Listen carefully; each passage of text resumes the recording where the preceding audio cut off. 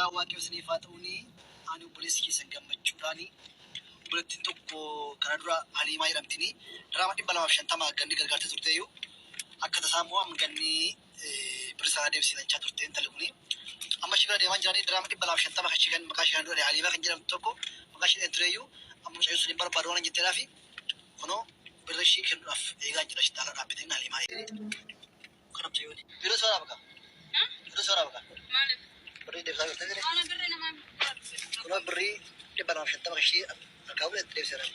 قالت شنو؟ ما قال سايب بسوني. شيء بسوني. يعني قال تطرتي أما مو يادش كافتة بريش دبسة رافي.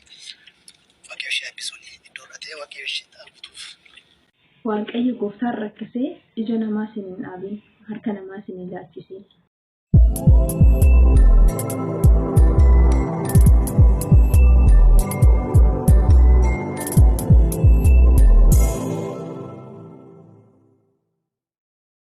nagaa waaqayyo isiniif haa baay'atu akkan jirtu nagaa keessanii ana obboleettiin keessan baay'ee nagaa kooti egaan nagaa kooti dhaamsuti guyyaa har'a kana immoo hedduun gaddee viidiyoo kanarratti hedduun gaddee jechuudha garbaachuudhaaf bara baay'ee ulfaataa keessa jira bara baay'ee salphaa bara namni walirraa ooluu hin dandeenye bara namni wal gargaaruu hin dandeenye bara namni harka wal qabuu hin dandeenye bara akkasii keessa jirra jechuudha kanaaf bara kana keessatti waaqayyo gooftaan rakkisee akka namaa isin hin laalchisiin nama keessan maatii keessan obbolaa keessan hin dhibiin waaqayyo isin hin dhibiin warra dhibames waaqayyo nuuf haa fayyisu kanuman jedha wanti hin jedhu hin qabu jechaan harkaa badee dhugaa dubbachuu fi mee chaanal Kufaraa Hawaasaa subscribe gochuu fi maatii kootti dabalama maaliif gootaatanii kan jirtan immoo viidiyoon kun tarii namni wala gawratti waan rakkoo qabnuuf illee tarii namni dhaga'uu jiraate itti sheer godhaaf hin jirtu taala viidiyoon kun tolee laayik godhaa yaada qabdu koomentii jala kaa'a.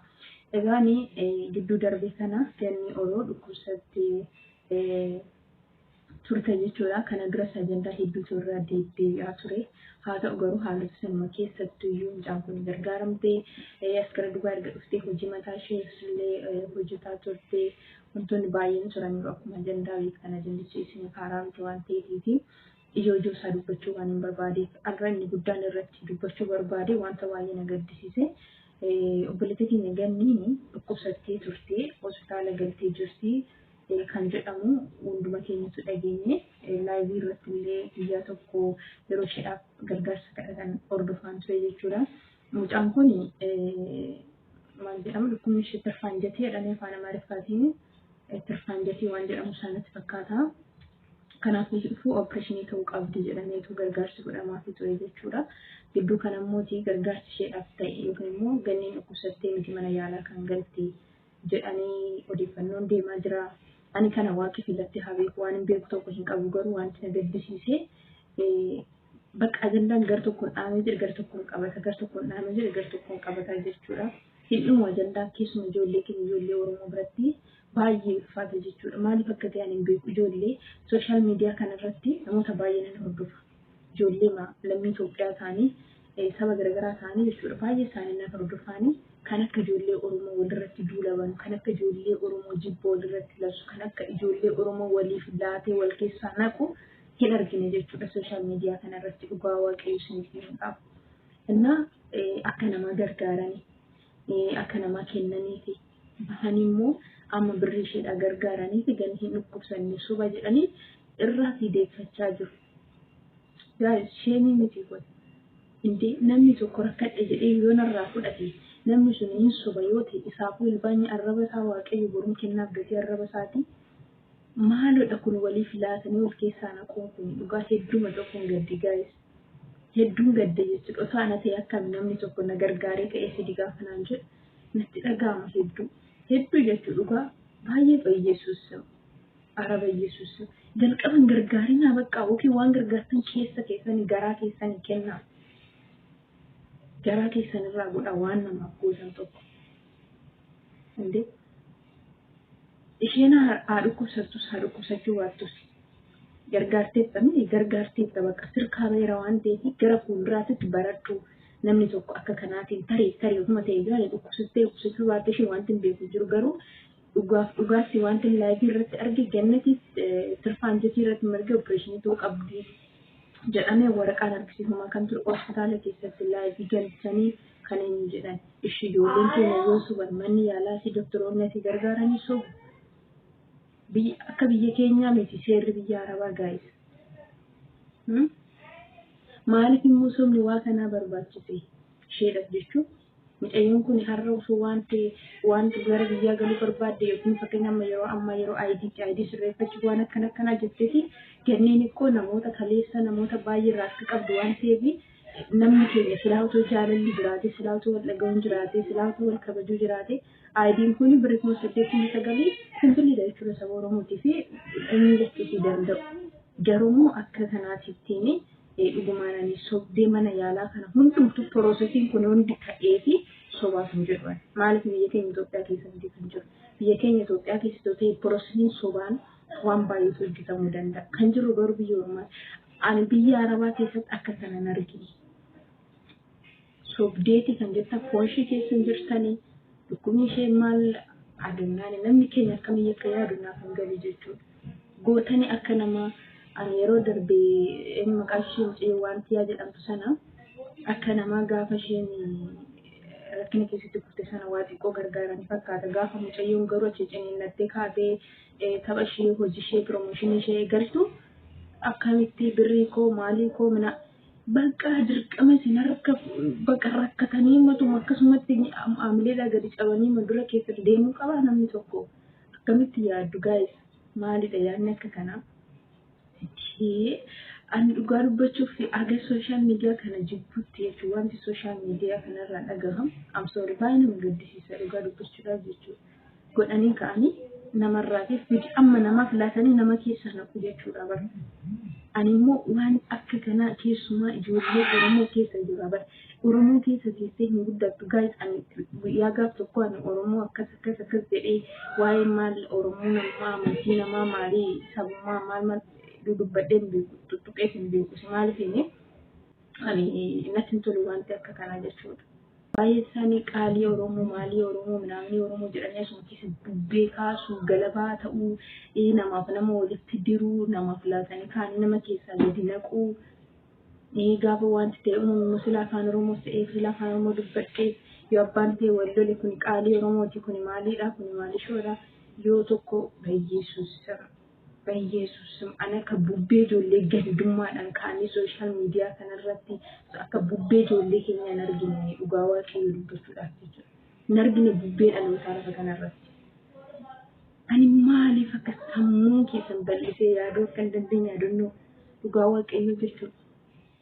Dhaloota ofii hin taane sooshaal miidiyaa kanarratti ba'ee of mul'isuudhuma wanti inni naasise wanti inni hin laaqne wanti inni hin goone tokko hin jiru. Dhugaa baay'een gadda viidiyoo kana jechuudha. Otoo obboleettii kee tokko hodhi jedhaniitti kennanii kaanii soba moo fidii jedhanii suma dubbii qabatamaan nageenya. Isin nagahamu amsoori baay'een gadda dhugaa dubbachuudhaaf baay'ee fedhanni koo yeroo hundumaa jechuudha. Waaqayyo nama kamiyyuu ajjeesuu barbaade kanaa waaqayyo sababa kamiitiif fudhachuu danda'a.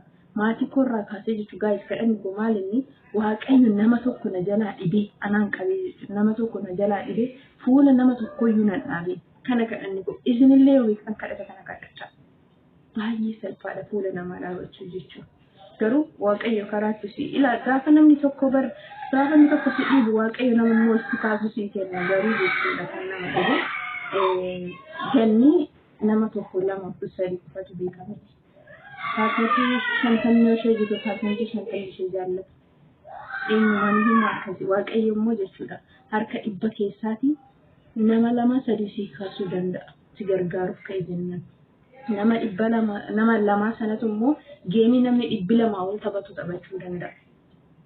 Kanaaf iyyuu hin goyyoominaa wanta gootan garaa keessanirraa godha waan nama gargaaruu barbaadantu garaa keessanirraa gargaara baqa waan sana fuutan miti.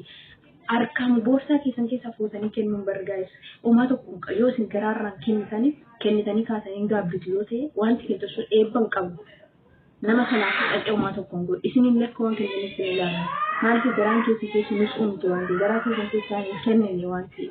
Arrabaan dubbattan harkaan kennitan garaan keessa garuu hin kennine deebitanii gaabbitanii namni bakka isaa gargaaru akka waan waaqayyo keessatti jedha sagalee waaqayyo akkuma sagalee najeeqaa jira.